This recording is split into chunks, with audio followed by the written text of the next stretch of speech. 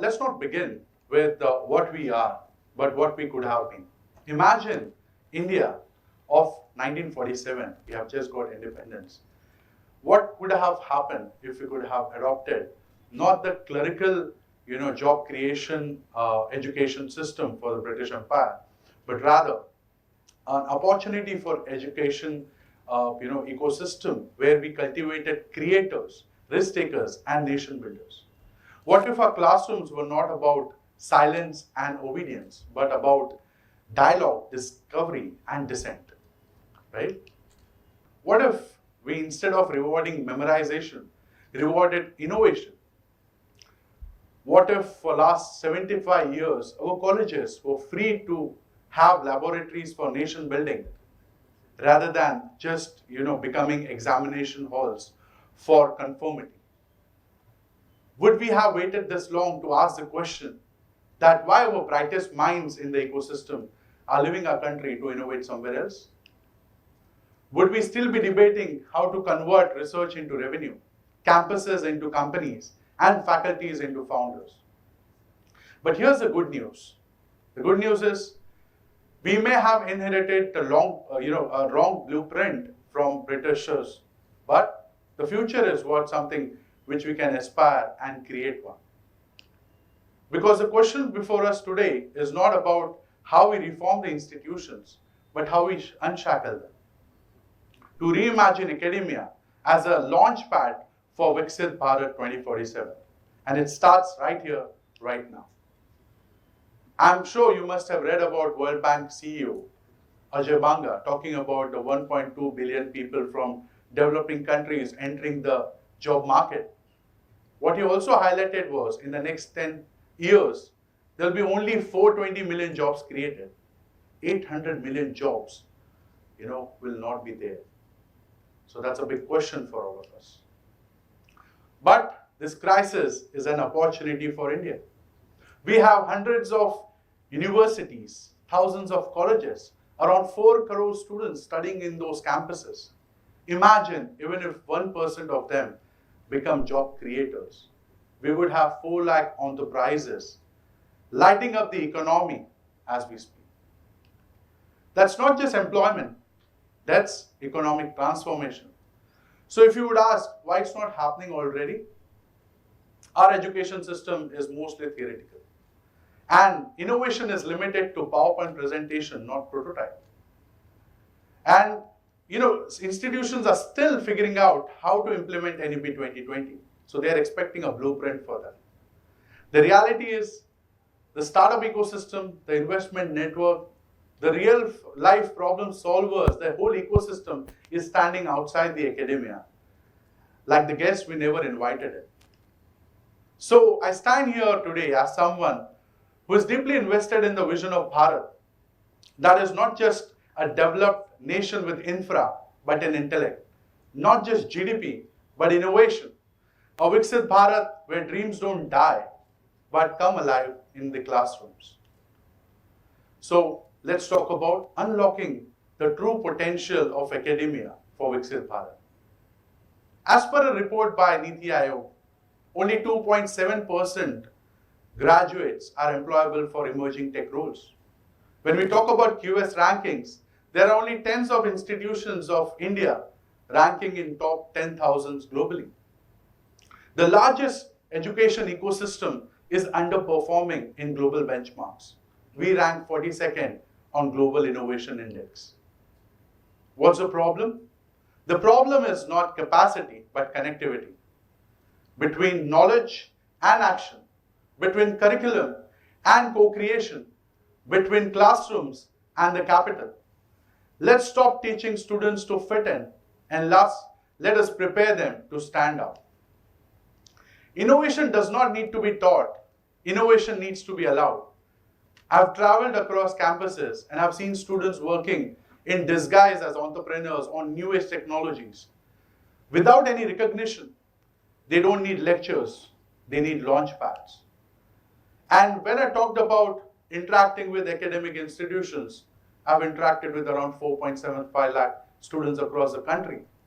Every student here is having a different ambition, isn't it? Can you raise your hand? Yes. So I broadly classify you into 4 types, and this is an interesting one. Many of you will be seeking jobs. These are the 60 to 65% of academia. Some of you will be continuous learner, going for further studies and research. Some of you, the misfits, the backbenchers, the troublemakers, the people who are average students, will be creating startups. And the 4th kind, the ones who don't know why they are here. So when we talk about job seekers, they see education as a ladder for securing employment. India adds 1 crore students or the graduates year on year to the employment market. Can we map them to the global opportunities? Half of the world is getting older. Can we give them a language skill so they can go abroad and shine? Can we also find the skill gap and not just provide the degree? Can we have job-ready campuses where students come, take a job, and then get mentoring, internship, and stipend-related activity? Can we also think of dual education models which are more westernized? The second type, the archetype, which is the continuous learners, which comprise of around 10 to 15% of the audience. They are knowledge driven. Their goal is to become UPSC, clear gate, pursue PhDs, or go for global fellowship. Yearly, India produces 26,000 PhDs. If you ask how many of them are coming from industry, none. Industry does not invest in research much in India. As if we talk about the part of GDP invested in R&D by the country, we invest 0.7% after US and China. So we also have initiatives like PhD Drive where we talk about research to startup, but there are very handful takers for that initiative. We rank 3rd in publishing papers. We rank 17th in filing patents. And we are lower in commercialization. We need to have research parks to the tune of IIT Madras. We need to also have researchers learn a language so they become global researchers. They understand the language what the world speaks. We need to have tech, deep tech research starting early in career because it takes time to build deep tech startups. And also, if we really want to focus on productization over publication, these are the key things which we need to focus on. The third, the most favorite and the most important to my heart are the misfits, which are the 3rd archetype. These comprise of around 5 to 7% of the audience. They don't fit the mold. They question the syllabus. They have side hustles. They want to build rather than work. Can we substitute their final year projects into startups? Like what we do in PhD Drive, can we have for the PG program and the undergraduate as well? Because gone are the days when startups were created by only 35 and 38 above year-old students or people. Today, students are building startups in academia. Can we have events like Startup Mahakumbh, entrepreneurship summits, hackathon as a common goals? Can we also allow them to defer graduation by a year to allow them to do and work on their startup? Can we have startup credits and milestones? So we go from marks to milestones, degrees to deliverables, and exams to enterprises. The 4th kind, the unknowns, comprise of 15 to 20%. They have taken academia, and you can put your hand on the heart and ask yourself, they have taken academia due to societal pressure, due to lack of alternatives, or bandwagon bias. Students are uncertain about their career pathway across programs. AI-based career guidance tools, life skills and awareness, and national career discovery labs are important in a gamified way. We can bring it to academia to identify what is their true potential. Otherwise, we'll lose them. When I talked about running PG program like innovation, entrepreneurship, venture creation, we can run it with incubation centers. There are 1,270 incubation centers in the country. They have access to startup ecosystem. There you can have practical learning and milestones. You have funding and investment support. And also you can have interdisciplinary approach. Now, coming to the most important powerful resource in academic ecosystem, are faculties. We have 15 lakh teachers in higher education institutes. That's more than the entire population of Iceland. teaching the most young country in the world. Faculties are the role models for students next to their parents. But today, are faculty seen as nation builders or just someone who is delivering content? From syllabus finishers to startup shepherds, from mark assessors to market enablers, this should be the role redefined for faculties in academia. And when we talk about this, we need to have a three-layered approach in academia. First, the faculties who are research-driven, they are in research track, they teach less, they focus on patents, they publish more. They participate in conferences and look at how they can commercialize their technology. The second track of faculty could be the teaching track, who only teach, and teach more, take consulting projects with industry, build industry linkages. Also, focus on how they can build entrepreneurship ecosystem within academia. So they handhold students to take their startup idea to venture creation. The third kind, which is the most crucial, is the administrative role.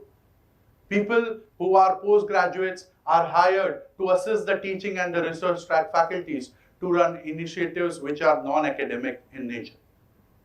Let's allow faculties to have some time and space to invent and use their creative abilities. If we customize our education system, we build an India where the people find a place, purpose, and potential. So customization is the new standard.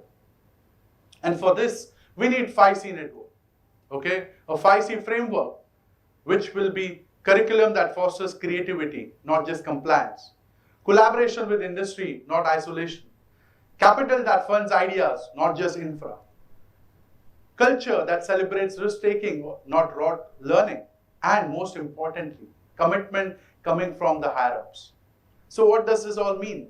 This means Viksit Bharat is not an ambition only of the government. It's a mission from the student, teachers, and the institutions. If you ask me, we already have a building block for it. NEP 2020 allows us the freedom to do it. Startup India gives us the direction, and the demographic dividend provides us the energy. So let me ask you, are we ready to transform our academic institutions into the engines of innovation? Because the true potential of academia lies not in degrees, but in dreams. Not in lectures, but in leapfrogging. Not in rote learning, but in risk-taking and mitigating. Let our institutions not just reward degrees, let them award courage, creativity, and capital. Let every student sitting here and across the country know that if they have an idea, they have the whole ecosystem to back them. As NEP 2020 rightly puts it, the future of education is not about what we can offer, rather provide what students want to learn. Only when education becomes personalized, it can become powerful. So I'll leave you guys with 3 questions. Can your college become the startup launchpad for your idea? Can your startup idea create value before you graduate? Can your innovation solve a one real world problem? If yes, then you are already building Viksit Bharat. So I ask you as a fellow citizen of this nation, what if the next great innovation is sitting in the tier 3 city of the country? In the institution which you have never heard of, into the mind of the student who has not been told that yes, you can build it. What if the next green solution, the next UPI, the next ISRO is not a miracle, but the collective inevitable result of an education system that finally believes its job is not to just finish syllabus, but to create a startup revolution. Because Viksit Bharat cannot be built by chance, it must be built by design. Not only in boardrooms, but in classrooms. Not in dreams, but in deliberate choices.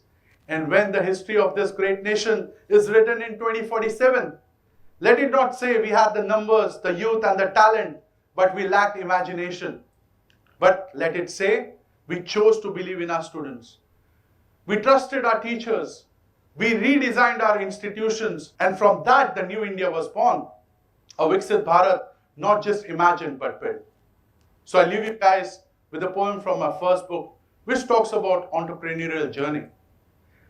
Walk alone if you must. Keep walking. You may fall. Who doesn't? Keep walking. They will stop you, won't they? Just keep walking. Did you reach your goal? No? Keep walking. When people leave you, keep walking. Everything will make sense. Just keep walking. If you think your path is lost, remember, you have just created one. Thank you so much, guys. Jai Hind.